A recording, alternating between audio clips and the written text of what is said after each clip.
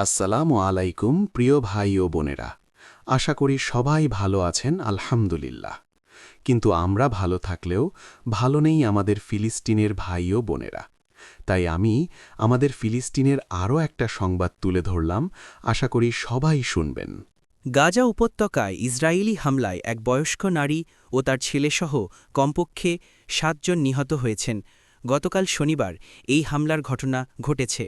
গাজার স্বাস্থ্য কর্মকর্তারা বলেছেন, গতকাল বেইত লাহিয়া, জাবালিয়া ও জেইতুনে হামলায় এই প্রাণহানি হয়। নিহত ব্যক্তিদের মধ্যে ৭০ বছর বয়সী এক নারী ও তার ছেলেও আছেন। গাজা নগরীতে তাদের দুজনকে একটি ইসরায়েলি ড্রোন তাড়া করে হামলার নিশানা বানায়। এদিকে ইসরায়েলি সেনাবাহিনী বলেছে, তাদের পৃথক হামলায় ৩ জন নিহত হয়েছেন।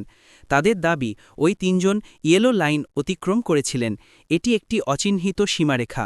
গত ১০ অক্টোবর ফিলিস্তিনি স্বাধীনতাকামী সংগঠন হামাসের সঙ্গে যুদ্ধবিরতি কার্যকর হওয়ার পর ইসরায়েল নিজেদের সেনাদের এ সীমারেখায় প্রত্যাহার করে নেয়। সীমারেখাটির নামটি ইসরায়েলের দেওয়া।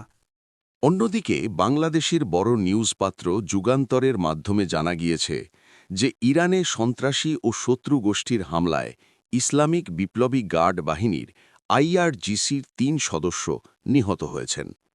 বুধবার ১০ ডিসেম্বর দক্ষিণ পূর্ব ইরানের জাহেদানের কাছে লার সীমান্তবর্তী অঞ্চলে হামলার এ ঘটনা ঘটে বলে জানিয়েছে সংবাদ মাধ্যম প্রেস টিভি।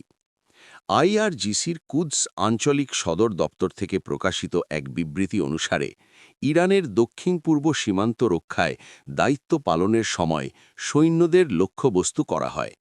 আইআরজিসি বাহিনী ওই অঞ্চলে এরই মধ্যে অভিযান শুরু করেছে বলে জানা গেছে।